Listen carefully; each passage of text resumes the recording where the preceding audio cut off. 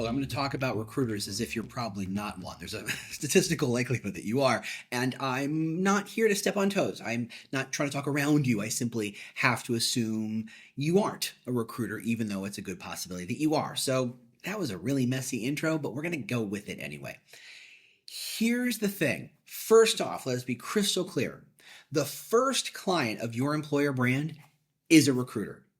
All your recruiters are the first people who should be embracing employer brand, who should be using that employer brand strategy to make their work better. I have long said that employer brand elevates recruiting. It helps them do a better job. It helps them be more effective at attracting and engaging and closing candidates. The thing is, and this is where I get into trouble because I'm going to say some stuff, recruiters don't always embrace this new idea. I've had a lot of experience of recruiters thinking that employer brand was flavor of the month. It's just this thing that people say, blah, blah, blah. It's not important. It's not useful. It's fluffy. It's not interesting. It doesn't get the job done, right? And I get it. If you're a seasoned veteran recruiter and you've got a good kind of library of good outreach messages that works for you, and you go from company to company and you tend to be one of the best recruiters in that space, you think you have nothing to learn, and I understand where you're coming from. However, you're wrong, because the bar has shifted. Just saying, what used to work as a recruiter 10 years ago does not fly, or certainly doesn't fly nearly as well. And if you compare yourself exclusively against other recruiters doing the same model, yeah, you can be good or bad. But once you start to embrace employer branding, the game changes completely and in your favor, in a recruiter's favor. They just have to be open to trying new ideas. So what does that mean generally? The broader strategy is that we've talked about so far is about focus. So that when a candidate engages with some touch point, some experience with the brand, they're getting I'm not going to say consistent. Consistent kind of is limiting. It's focused. It's kind of rigid. It's more of a aligned set of messages. We go back to Volvo. You might not use the word safety, but you can talk about how good the seatbelts are, and you can talk about how good the airbags are, and you can talk about the rigid chassis and how it absorbs contact. You don't have to use the word safety, but you are clearly talking about safety. Right, exactly. Thank you. Same thing for recruiting. Same thing for touch points. They don't have to say the words so long as what they're talking about aligns and directs in that kind of connection, that kind of conversation. This is a problem if you're building all this social content and you're changing the job postings and you're changing the career site and you're focusing on opportunity. You're focusing on how much autonomy and agency people have over their day-to-day lives. It's a strong message. You've done a great job kind of encapsulating it, finding stories that tell it. And the recruiter over there is saying about, you should work here. We have a great family leave program. There's nothing wrong with family leave. In fact, family leave is great. You should have a good family leave program. Or maybe they're talking about status, or maybe they're talking about support of the team. Those things are good things. But as we've said, as we've spoken about, a recruiter can have 100 positive things they might say about a company. And they're all positive, they're all good, but how many of them are different? How many of them are unique? How many of them are attractive to that particular audience? How many of them are specific to that company? To a recruiter, they're just used to saying things that are positive in the hopes of getting someone to show up. I know plenty of recruiters who throw lots of ideas out in the world and see what sticks. But the problem is it's not very intentional. It's certainly not very strategic. Your job as the employer brander for 2 or 3 hours a week is to be that strategic, focused perspective to bring it to the recruiters.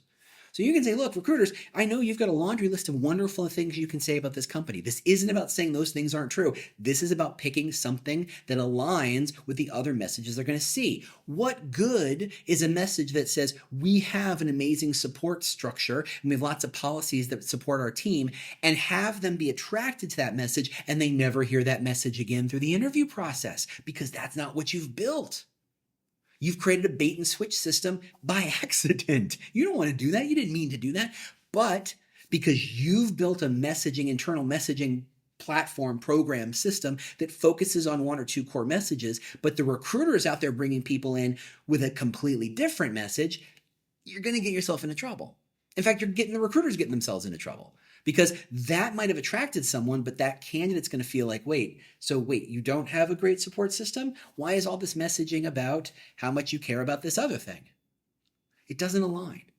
And remember, what a candidate is looking for is credibility, is clarity.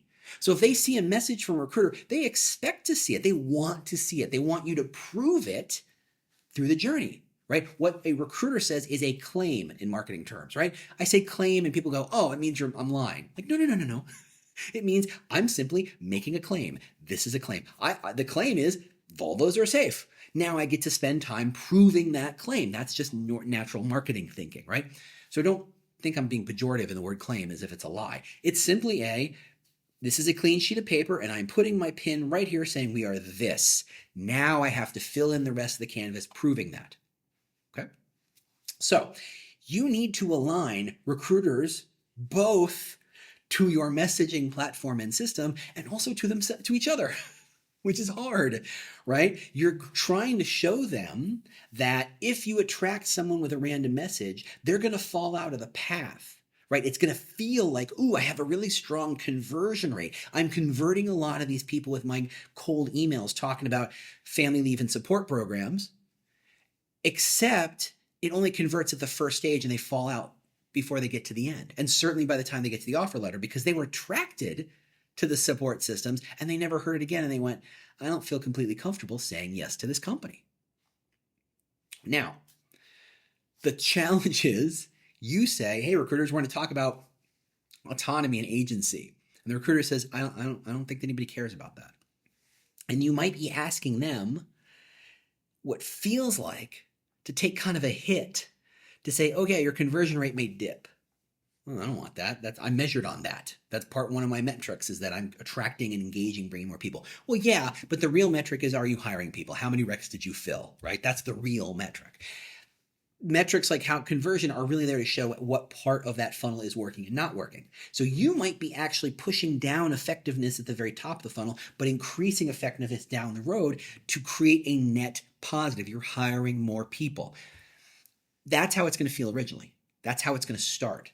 But over time, what happens is as you build more and more content around this core idea and recruiters get more and more comfortable talking about those ideas and finding ways, to be blunt, of slipping in other secondary messages that are also useful, right? It's not just a single, do you want this job because you get autonomy? It's more of a, hey, look, I've noticed that much like me, you probably are feeling like you don't have a lot of control over your day to day, that you don't have the projects you want to work on, that you're not allowed to make those decisions, and I get that. What if I could offer you that kind of autonomy in a supportive environment? Okay, now the recruiter is doing their thing, and they're kind of finding a way to weave that message into what they do, knowing it's going to pay out down the road. And that takes a little time. That's not something that happens overnight. So what I'm going to recommend is that once you've kind of built this brand strategy and you've built the social content, you have a machine that builds that social content, you've got videos coming from hiring managers and you made some changes to the career site and you've got the templates to the job postings and you're really kind of structuring this out, the next step is to build a couple of recruiter outreach messages. If you're not a recruiter, this should be terrifying. I get that. This is a recruiter's domain, right? This is like telling the plumber how to use the wrench. This is complicated. This is messy stuff. If you're a recruiter, you have just dodged a bullet. Congratulations. What I would recommend is to write a few draft messages that align to the brand. And you need to reveal the larger brand strategy to the recruiter. Here's the thing. In a large company, you have the advantage of saying most recruiters are going to scoff. But there's usually one or two who say, okay, I'll play your little game there. I'll try that. Let's see what happens. And when it works, they tend to be good advocates for other recruiters. They tend to talk about how this works and how useful this was. And you start to bring more recruiters into this process. And over time, you sway them over to your way of thinking. It's great. In a small company or a smaller company, it's hard. You don't have that kind of large pool of recruiters to work with. You may have 2 or 3. You may have 1. It may be you, in which case, well, this is easy. But if it's not, this is tough. You need to bring them in. You need to show them the larger strategy. You need to get some buy-in to say, I need you to try some things. I'll work with you. I'll do a little extra work for you to help you so that we can see if this works, to see how to make this work, to test these ideas so that you can work with them and make them work. This is a big ask of a recruiter. Recruiters, in the same way that developers don't become developers because they love to hang out with people and they're super social creatures, recruiters tend to not be super flexible in their approach to recruiting. They figured something out. It is hard-won evidence. It is hard-won experience, and they are unwilling to let that go. I get that. And it's your job. You're going to need to figure out how to move them forward a little bit. When you're working with a recruiter, you might even say, here, I wrote 3 messages. Can we try them and see which of these might work? Right? You're trying to find a way to slowly pull out the old and insert the new, right? That's kind of the larger process. This will take some time. But as you're processing this, as you're throwing a couple of outreach emails at them and saying, try these, see what works, start to build a repository, a library of outreach messages that work, that have good functionality. If you can tie them to certain functions, oh, when you're hiring a data scientist, use these messages. When you're hiring a nurse, use these messages, right? You've learned what works, okay? The repository makes it easier for a recruiter to start to use that. It also makes it easier for you to add more recruiters to the process. And here's the fun part, you get to loop in the hiring managers who should be helping recruiting. In a small company, the hiring manager has a huge role to play in doing some basic outreach. Right? If you're trying to hire a data scientist, the recruiter knows 100 data scientists, but not really well, and they certainly can't speak the language very well, but your data science director should be a known quantity. They've worked at 4 companies. They've done this for a while. Maybe they wrote something somewhere, presented something somewhere. They've got a network of data scientists, right? They're better positioned for doing some of this outreach. Now, you're going to want to bring them in to say, I need you to help with outreach. And if you say, go write some emails, they're going to say, I got things to do.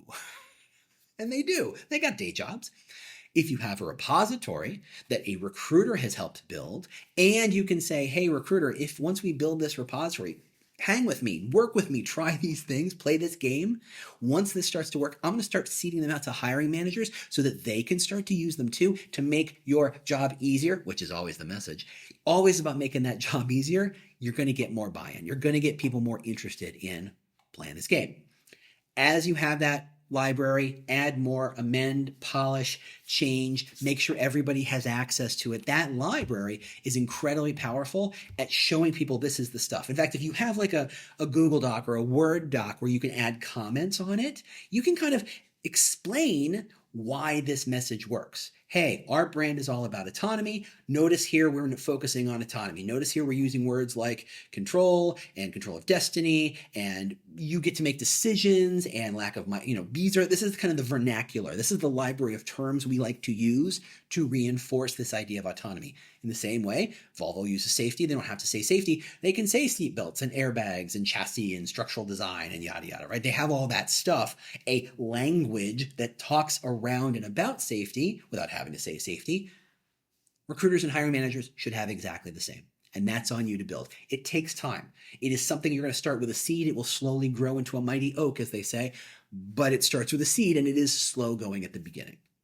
All right, next video, we're going to talk about my not so favorite thing. We've gone from recruiters, which I love, and recruiter outreach, which I think is super exciting, to Glassdoor. See you in the next video.